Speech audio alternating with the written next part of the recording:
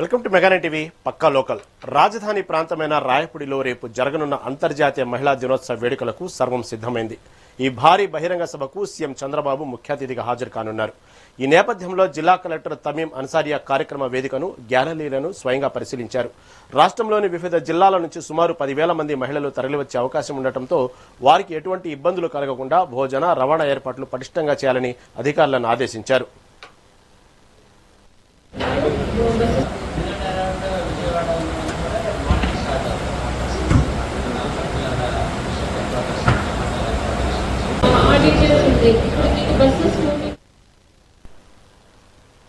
కృష్ణా జిల్లా ఉయ్యూరులో విద్యా వ్యవస్థకే మచ్చ తెచ్చే ఘటన వెలుగు చూసింది. విజయసాయి ఇంగ్లీష్ మీడియం పాఠశాలలో షూ వేసుకోరాలేదన్న కారణంతో 10వ తరగతి విద్యార్థి వంశీకృష్ణకు టీచర్ కనకలక్ష్మి చెప్పుల దండ వేసి దారుణంగా అవమానించారు. తోటి విద్యార్థుల ముందే ఇలాంటి అమానుష చర్యకు పాల్పడటంపై సర్వత్రా నిరసన వ్యక్తమవుతుంది. సమాచారం అందుకున్న ఉయ్యూరు డివిజన్ ఉప విద్యాశాఖాధికారి పద్మారాణి పాఠశాలకు చేరుకుని విచారణ చేపట్టారు. తమ పిల్లలను మానసిక క్షోభకు గురిచేసిన టీచర్పై, స్కూల్ యాజమాన్యంపై కఠిన చర్యలు తీసుకోవాలని తల్లిదండ్రులు అధికారులను కోరుతున్నారు.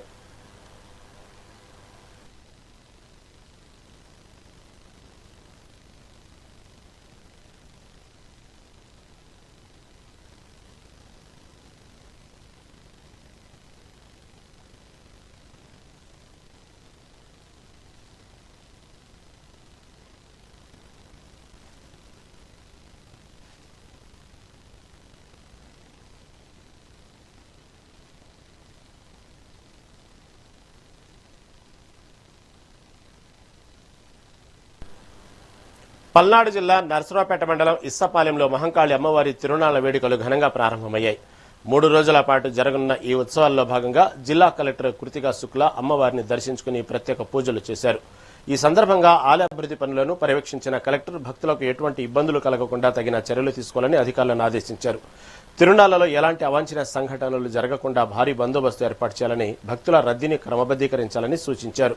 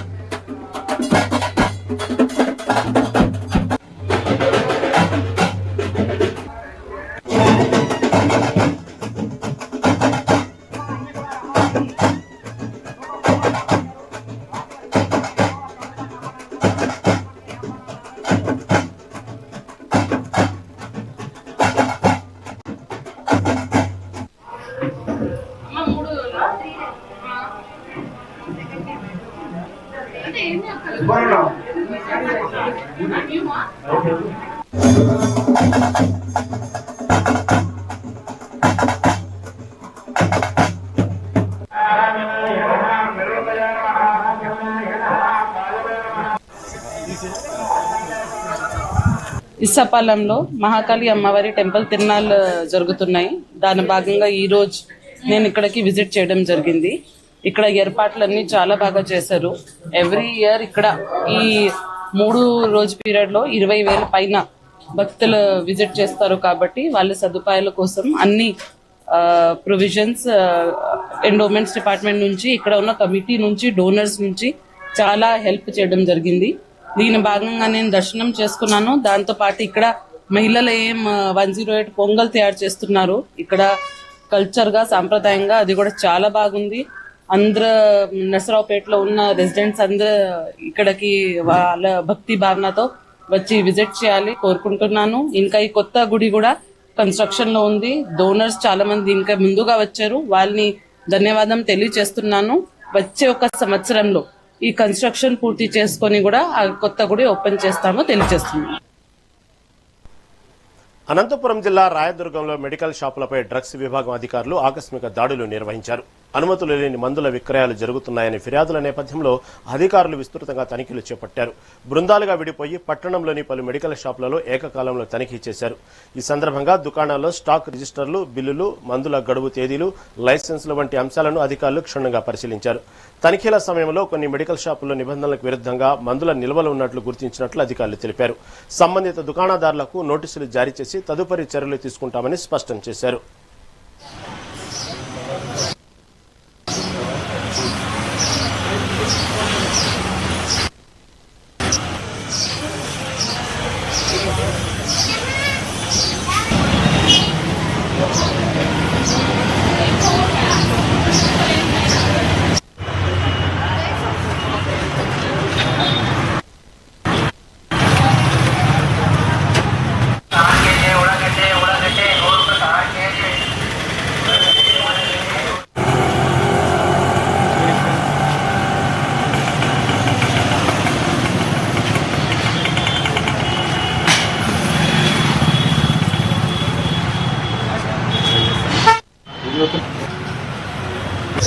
ఈరోజు డెక్కౌండ డిపార్ట్మెంట్ వాళ్ళ ఆధ్వర్యంలో రాజదుర్గం పట్టణంలో కొన్ని మెడికల్ షాప్ తనిఖీ చేయడం జరిగింది.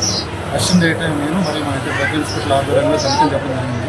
ముఖ్యంగా ఈ రాజదుర్గం పట్టణంలో ఈ మెడికల్ షాప్ నిబంధనలకు లేవని, బిల్లులు సక్రమంగా ఇవ్వట్లేదని, మరి యాంటీబయాటిక్స్ కూడా విచ్చలవిడిగా అమ్ముతున్నారని కంప్లైంట్స్ వచ్చింది. వీటన్నిటికీ వెరిఫై చేయడం కోసం ఈరోజు ఇక్కడ ఇన్స్పెక్షన్ చేయడం జరుగుతుంది. సుమారు 6 షాపులు తనిఖీ చేయడం జరిగిందండి. ఈ 6 షాపుల్లో కూడా కొన్ని నిబంధనలు పాటించడానికి గుర్తించడం జరిగింది. వారిన్నింటి కూడా నోటీస్ ఇచ్చేసి తదుపరి యాక్షన్ తీసుకోవడం జరుగుతుందని తెలియజేస్తారు. ఈరోజు డెక్కౌండ డిపార్ట్మెంట్ వాళ్ళ ఆధ్వర్యంలో నెల్లూరు జిల్లా కావలి రూరల్ పోలీస్ స్టేషన్ పరిధిలోని మద్దరపాడు, టిట్కో గృహాల్లో పోలీసులు భారీ కార్డన్ సెర్చ్ నిర్వహించారు. జిల్లా ఎస్పీ అజిత వేజండ్ల ఆదేశాల మేరకు ఇవాళ తెల్లవారుజామున 4 గంటల నుండి డీఎస్పీ శ్రీధర్ ఆధ్వర్యంలో ఈ తనిఖీలు కొనసాగాయి. ప్రతి ఇంటిని జల్లెడ పట్టిన పోలీసులు సరైన ధృవపత్రాలు లేని 26 బైకులు, 2 ఆటోలను సీజ్ చేశారు. మత్తు పదార్థాల విక్రయదారులు, నేరస్తులకు ఆశ్రయం కల్పించే వారిపై కఠిన చర్యలు తీసుకుంటామని డీఎస్పీ హెచ్చరించారు. ముందస్తు సమాచారం లేకుండా ఇలాంటి తనిఖీలు నిరంతరం కొనసాగుతాయని స్పష్టం చేశారు. పంతుల్లో 6 నెలల ముందు ఇంట్లో ఉండేవాళ్ళు నేను వచ్చి నేను చెప్పింది మళ్ళీ చెప్పండి మీరా. మన దేశంలో ముఖ్యంగా వాడి దానిలో డిఐ గారు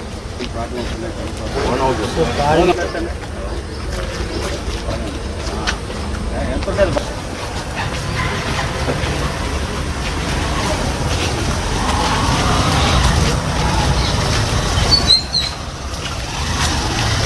ఈరోజు ఉదయం 4 నుంచి ఇప్పటి వరకు అనగా దాదాపు 7 వరకు కార్డన్ సెర్చ్ ఆపరేషన్ నిర్వహించడం జరిగింది. ఇక్కడ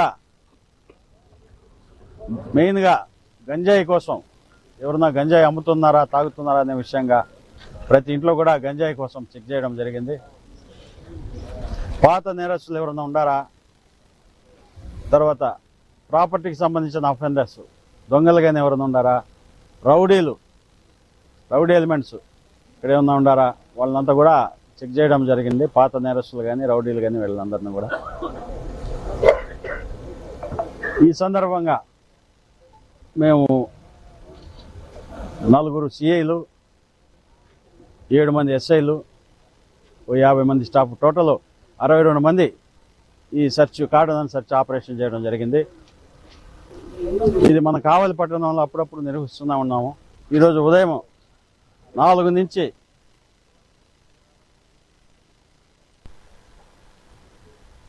కృష్ణా జిల్లా పామరులో మాదక ద్రవ్యాల అక్రమ రవాణాపై రాష్ట్ర పోలీస్ శాఖ ఉక్కుపాదం మోపింది. ఆపరేషన్ వజ్రా ప్రహార్ లో భాగంగా రావి హరిగోపాల్ నగర్ లో ఈగల్ టీం ఎస్పీ మహేశ్వరరాజు పర్యవేక్షణలో సుమారు 150 మంది పోలీసులు కార్డన్ అండ్ సెర్చ్ నిర్వహించారు. గంజాయి విక్రయించేవారు, సేవించేవారి ఇళ్లను లక్ష్యంగా చేసుకుని సోదాలు చేపట్టారు. తనిఖీల్లో సరైన పత్రాలు లేని 32 వాహనాలను సీజ్ చేయడంతో పాటు స్థానికులతో కలిసి గంజాయి వద్దు బ్రో అంటూ డ్రగ్స్ వ్యతిరేక ప్రతిజ్ఞ చేయించారు. యువత మాదక ద్రవ్యాలకు బానిస కావద్దని ఈ సందర్భంగా ఎస్పీ హెచ్చరించారు.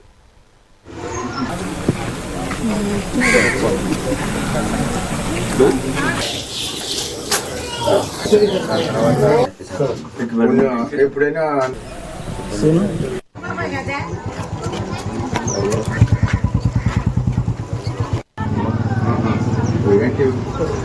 ఏంటి ఎంపీసీయా మ్యాథ్స్ అయిపోయిందా మరి ఏమని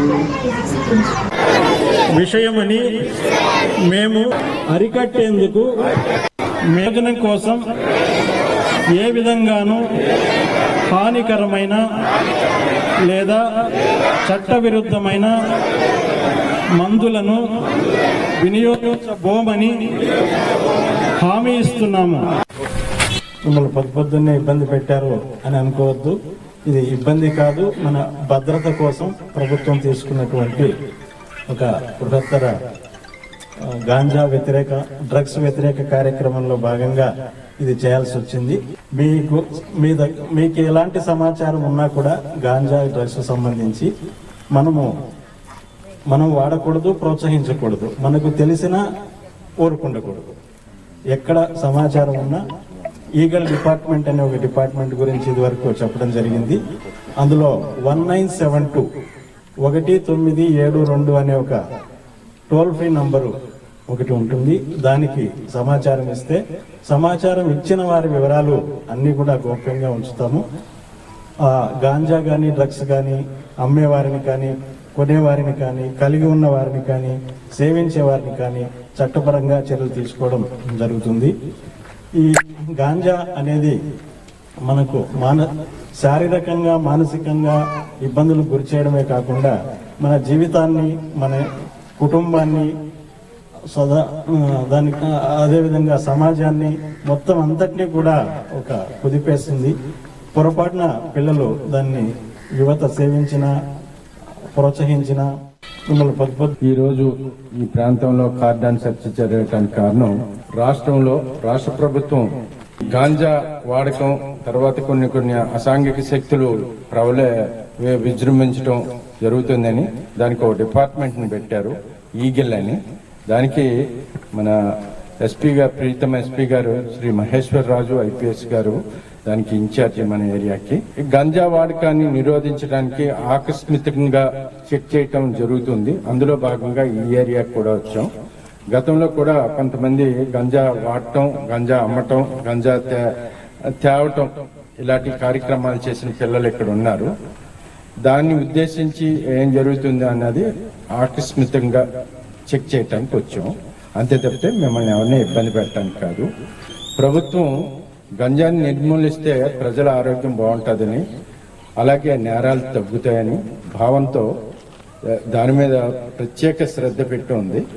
ఈ కార్యక్రమానికి నేతృత్వం వస్తున్నటువంటి మన ధర్మేంద్ర డిఎస్పీ గారికి, అలాగే మా సిబ్బందికి అందరూ కూడా నమస్కారాలు తెలియజేస్తున్నాను. ఈరోజు గౌరవ డీజీపీ గారి ఉత్తర్వుల ప్రకారం ఏగల్ ఐజీ గారు ఆకే రవికృష్ణ ఐపీఎస్ ఆధ్వర్యంలో, మన కృష్ణా జిల్లా ఎస్పీ గారి ఆధ్వర్యంలో ఈ సిబ్బందిని అందరినీ కూడా మనకి ఈ కార్డన్ సెర్చ్ ఆపరేషన్ కి ఏర్పాటు చేయడం జరిగింది. దానిలో భాగంగా సుమారు మనకి 200 మంది సిబ్బందిని కృష్ణా ఎస్పీ నాయుడు గారు ఐపీఎస్ గారు మనకి పామర్ పంపించడం జరిగింది. ఈ సిబ్బంది అందరి సహాయంతో కార్డన్ అండ్ సెర్చ్ ఆపరేషన్ నిర్వహించడం జరిగింది.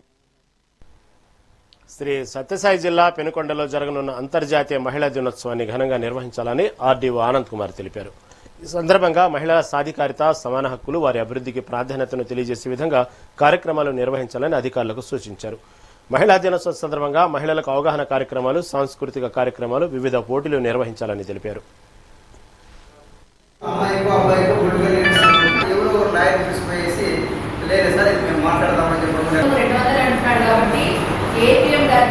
చెప్తే కనీసం 50% అంటే 50 మంది వస్తారు. తక్కువ కాకుండా ఉన్నాయి గ్రామ సంఘాలు. ఒక గ్రామ సంఘం నుంచి 100 మందిని మనం టార్గెట్ చేస్తే 50 మంది వచ్చినా కూడా 1000 మంది దాకా అవుతారు. ఒకవేళ 50% అటు ఇటు అయినా కూడా మనకి రీచ్ చేద్దాము అనేది ఒకటి. తర్వాత స్టాల్స్ సంబంధించి వస్తే ఉమ్మడి నెల్లూరు జిల్లా నాయుడుపేటలో కలకలం రేపిన షేక్ యాసిన్ మృతి కేసు మిస్టరీని పోలీసులు ఛేదించారు.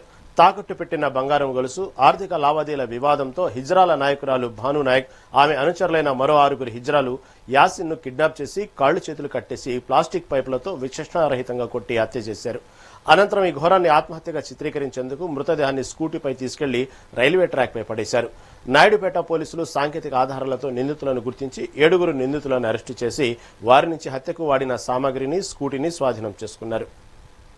చాలా అందరు సాక్షులను విచారించిన తర్వాత ఫిబ్రవరి 26వ తేదీన రాయడపేట పోలీస్ స్టేషన్లో హుస్సేన్ అనే అతను కనిపించడం లేదని, అంటే వాళ్ళ తమ్ముడు కనిపించట్లేదని ఉస్మాన్ అనే అతను పోలీస్ స్టేషన్లో రాయడపేట పోలీస్ స్టేషన్లో రిపోర్ట్ ఇవ్వడం జరిగింది. ఆ పోలీస్ స్టేషన్ రిపోర్ట్లో తను ఏదో బంగారు వస్తువు గురించి భాను నాయక్ వాళ్ళు తీసుకుని వెళ్ళారని ఇచ్చిన రిపోర్ట్ మేరకు ఆ రోజు కిడ్నాప్ కేసు రిజిస్టర్ చేయడం జరిగింది. ఆ కేసు దర్యాప్తులో భాగంగా చాలా అందరు సాక్షులను విచారించిన తర్వాత జిఆర్పి పోలీస్ స్టేషన్ వాళ్ళు, గూడూరు జిఆర్పి పోలీస్ స్టేషన్ వాళ్ళు ఒక unidentified dead body railway track మీద, అన్నమేడు క్రాస్ దగ్గర ఉండే రైల్వే ట్రాక్ మీద ఉందని వాళ్ళు కేసు రిజిస్టర్ చేశారని, బాడీ గూడూరు వాళ్ళు ఇచ్చినటువంటి జిఆర్పి నుంచి కేసు ట్రాన్స్ఫర్ అయ్యి వచ్చిన తర్వాత ఆ కేసులో హుస్సేన్ని బంగారపు చైన్ రిలీజ్ చేయమని, బంగారపు చైన్ రిలీజ్ చేసి ఎక్కడ తీసుకెళ్లామని బెదిరిస్తూ బాను ఇంకా ఇద్దరు ట్రాన్స్జెండర్స్ ఆటోలో తీసుకెళ్ళి వాళ్ళ రూమ్కి తీసుకెళ్ళి బాగా ఖరాబ్ చేసి కొట్టి, తర్వాత చనిపోయిన తర్వాత ఆ రోజు అర్ధరాత్రి అంటే 24వ తేదీ అర్ధరాత్రి తీసుకెళ్లి రైల్వే ట్రాక్ మీద పడేసినట్టు వాళ్ళు ఇచ్చినటువంటి కన్ఫెషన్ మేరకు నిన్న సాయంత్రం 7:45 నాయుడుపేట సిఐ గారు వాళ్ళని అరెస్ట్ చేయడం జరిగింది. వెన్నమాల సచివ అనంతపురం జిల్లా గుంతకల్లులో మున్సిపల్ సుంకాల పేరుతో కాంట్రాక్టర్లు చేస్తున్న అక్రమ వసూళ్లను అరికట్టాలని సిఐటియు జిల్లా సహాయ కార్యదర్శి సాకి నాగరాజు డిమాండ్ చేశారు. గెజిట్ నిబంధనలకు విరుద్దంగా రైతులు, తోపుడు బండ్ల వ్యాపారుల నుంచి అధిక మొత్తంలో డబ్బులు వసూలు చేస్తున్నారని మండిపడ్డారు. ఈ మేరకు మున్సిపల్ కమిషనర్కు వినతి పత్రం అందజేస్తూ చర్యలు తీసుకోకుంటే పెద్ద ఎత్తున ఆందోళన చేస్తామని హెచ్చరించారు.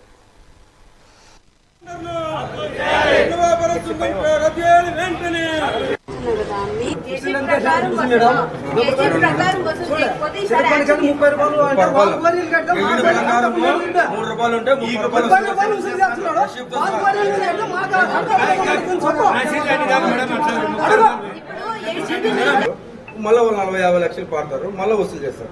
ఇదొకటి మేడం. ఇంకో సబ్జెక్ట్ అంటే కర్నూలులోన, తాడపత్రిలోన, మంత్రాలయంలోన, అనేక మున్సిపాలిటీ ఇక్కడుండే అధికారులే మున్సిపాలిటీ నుంచే ఒకరిని కేటాయించి ఒకరిని ఇద్దరు మన ఛాంబర్లోన వాళ్ళతో నెలకింత వసూలు చేసే విధానం ఉంది మేడం. కడప జిల్లా ప్రొద్దుటూరులో గుండెల విసే విషాదం చోటు చేసుకుంది. నడింపల్లి వీధిలోని ప్రభుత్వ పాఠశాలలో 5వ తరగతి చదువుతున్న మస్తాన్ వలి అనే విద్యార్థి మూర్ఛ వ్యాధితో పాఠశాల ప్రాంగణంలోనే ప్రాణాలు కోల్పోయాడు. తరగతి గదిలో ఉన్నట్టుండి విద్యార్థి కుప్పకూలటంతో ఉపాధ్యాయులు తల్లిదండ్రులకు సమాచారం అందించారు. వారు చేరుకుని ఆసుపత్రికి తరలించేలోపే బాలుడు మృతి చెందినట్లు వైద్యులు ధృవీకరించారు. కళ్ల ముందే ఆడుకోవాల్సిన బిడ్డ విగతజీవిగా మారటంతో తల్లిదండ్రుల రోదనలు స్థానికులను కలిచివేస్తున్నాయి.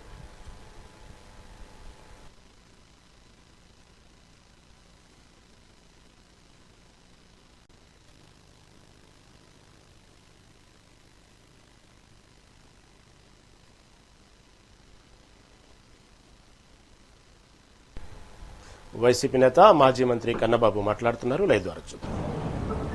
ఇంతకుముందు 2014-19 మధ్య కూడా ఎఫ్ఆర్ఎంబి కన్నా ఎఫ్ఆర్బిఎం పరిమితి మించి 16 నుంచి 17,000 కోట్లు అప్పు చేస్తే ఇప్పుడు కూడా 2024-25 సంవత్సరంలో ప్రభుత్వ రెవెన్యూ లోటు ఎఫ్ఆర్బిఎం ప్రకారం 2.7% ఉండాలి, కానీ అది 3.75% చేర్చారు.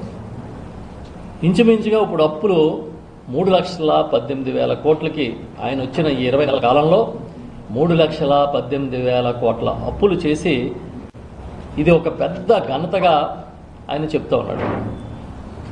ఈరోజు కూడా అప్పు చేయని రోజే మీకు కనబడదు. మీకు గుర్తుంటే చంద్రబాబు నాయుడు గారు 19లో అధికారాన్ని విడిచిపెట్టే నాటికి, జగన్మోహన్ రెడ్డి గారు ముఖ్యమంత్రిగా బాధ్యతలు తీసుకునే నాటికి 100 కోట్లతో ఖజానా అప్పు చెబితే ఇంచుమించుగా 7,500 కోట్ల రూపాయల నిధులతో జగన్మోహన్ రెడ్డి గారు ఆయన ముఖ్యమంత్రిగా దిగిపోయే నాటికి చంద్రబాబు నాయుడు గారికి అప్పు చెప్పారు. అంటే ఏది ఒక శక్తికి, సామర్థ్యానికి, ఆర్థిక నిర్వహణకి కొలమానం అనడానికి ఇది ఒక ఉదాహరణగా. రైట్, ఇవి ఇప్పుడు updates. Keep watching mega nine TV.